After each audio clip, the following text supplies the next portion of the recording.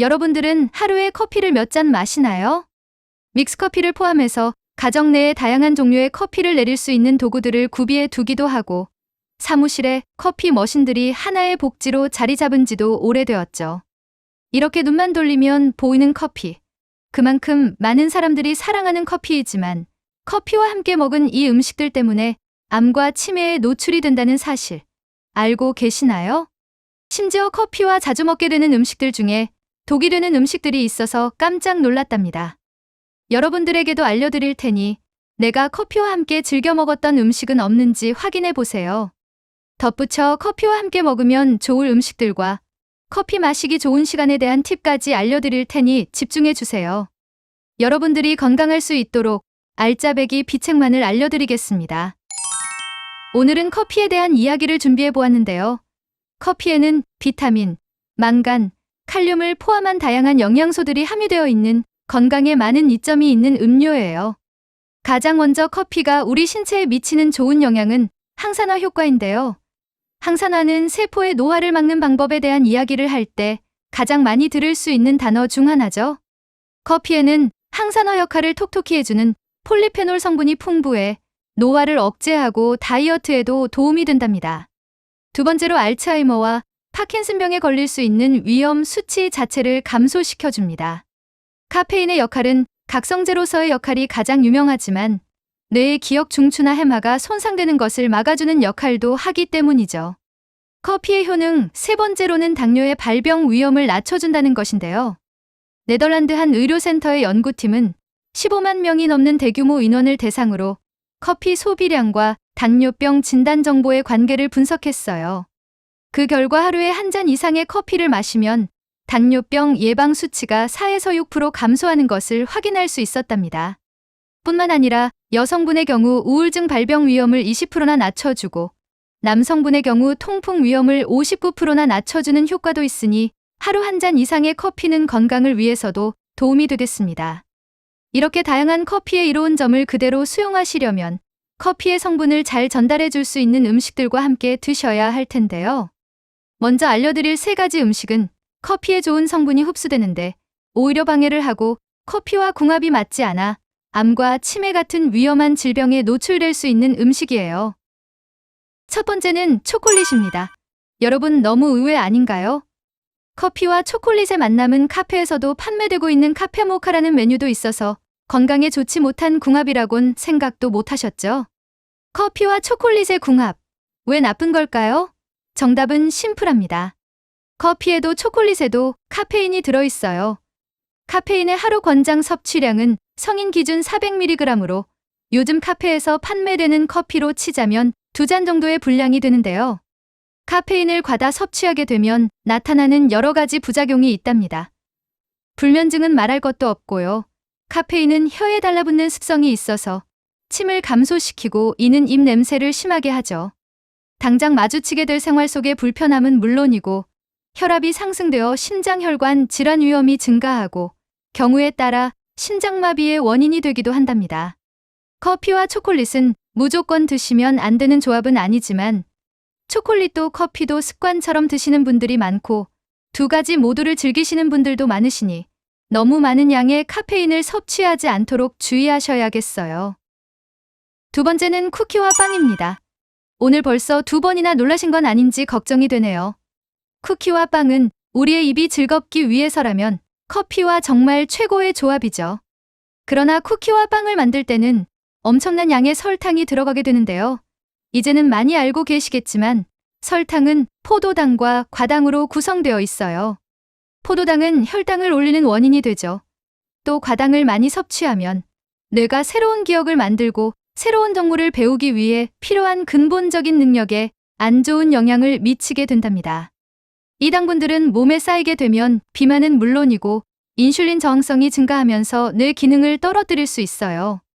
그뿐만 아니라 여기서 커피까지 더하게 되면 카페인이 쿠키와 빵에 들어있는 당질을 중성지방으로 바꾸는 작용을 하면서 몸에 축적되는 중성지방이 지나치게 늘게 된답니다.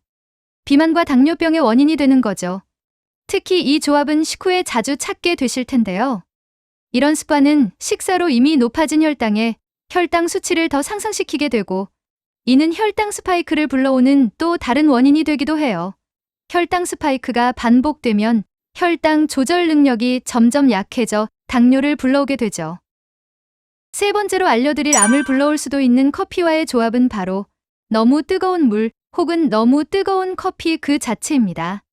우리나라는 얼죽아라는 말이 한참 유행을 했을 정도로 겨울에도 차가운 음료를 향한 애정이 큰데요. 그 반대편에 쪄 죽다 분들이 계시죠. 바로 쪄 죽어도 따뜻한 커피를 선호하시는 분들입니다. 카페에 있다 보면 특별히 더 뜨겁게 해달라는 추가 주문을 간혹 듣는 경우가 있는데요. 뜨거운 커피는 식도암에 걸릴 가능성을 최대 5.5배나 높인답니다.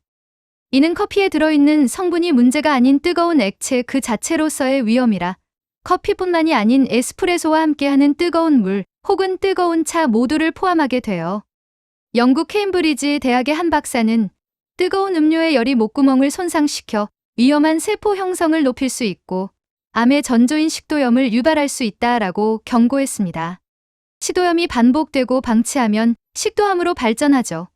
또 세계보건기구에서도 65도 이상의 뜨거운 음료는 발암 추정물질로 지정시켜 두었을 만큼 뜨거운 음료 그 자체는 식도에 위험하답니다. 카페에서 제공되는 아메리카노는 대체로 80도 이상의 높은 온도로 제공되고 있으니 커피잔이 따뜻할 때까지 기다렸다가 드시는 것이 좋아요. 혹은 정수를 조금 섞어서 달라고 미리 요청해 주셔도 되고요. 오늘 소개해드린 커피와 궁합이 안 좋은 음식들은 모두 커피와 친근한 조합이라 서운한 마음이 드실 텐데요. 이번에는 커피와 함께하면 찰떡궁합인 음식 3가지를 안내해 드리면서 상심하신 마음을 달래드릴게요. 많은 분들이 좋아하시는 카페라테는 에스프레소에 물 대신 우유를 섞은 조합인데요. 커피와 우유의 조합은 위를 보호하고 카페인을 분해하는 데 도움을 주죠. 공복차 커피는 아메리카노보다 카페라테를 선택하시는 것이 각성 효과는 조금 떨어지더라도 위를 위해서는 좋은 선택이 된답니다.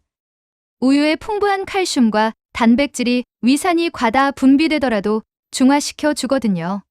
그리고 서로가 가진 영양분을 흡수하는데 방해하지 않아 커피가 가진 항산화 효과와 우유가 가진 다양한 영양분을 같이 섭취할 수 있어 더욱 좋아요. 그리고 시럽을 넣지 못해 아쉬워하셨던 달달한 커피 선호자분들 집중해 주세요.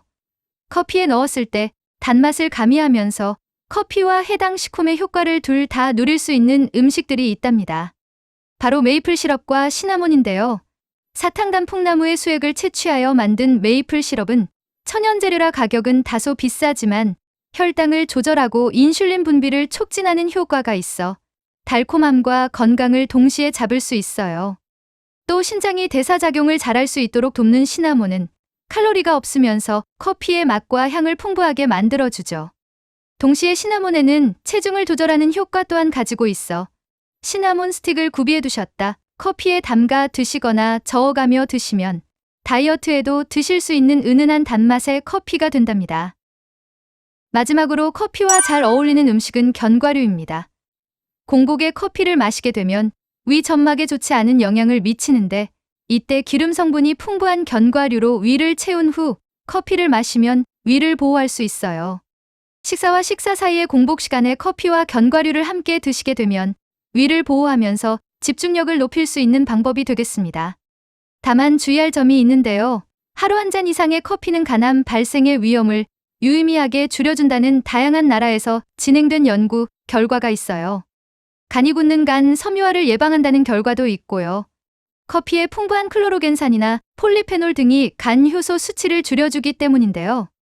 이때 같이 먹게 된 견과류가 오래되어 묵은 냄새가 나거나 밀폐되지 못한 채 방치된 견과류를 함께 먹을 경우 오히려 아플라톡신 비원이라는 발암 물질이 생성될 수 있으니 견과류는 드실 만큼만 꺼내 드시고 밀봉된 상태로 냉장 보관을 해주세요. 요즘은 카페에서 아몬드 밀크나 오트 밀크 등의 다양한 우유 선택지가 준비되어 있기도 하니 카페라테를 즐겨 드신다면 아몬드 밀크를 선택해 보세요. 견과류의 풍부한 불포화 지방산의 효과와 커피의 항산화 효과를 동시에 누릴 수 있는 좋은 선택이 되겠습니다. 이번 영상에서 준비한 내용은 여기까지인데요. 커피에 대한 정보를 얻는 유의미한 시간이 되었길 바라며 마지막으로 팁을 하나 더 드릴게요. 기상 직후 커피를 즐겨 드시는 분들은 집중. 아침에 일어나게 되면 면역 체계를 높이고 혈압을 조절하는 호르몬인 코르티솔이 최고 수준에 머물러 있게 된답니다. 이 코르티솔은 수면 중에 특정 주기로 오르내리다가 기상 후 30분쯤 최고점을 기록하고 서서히 감소하게 되는데요.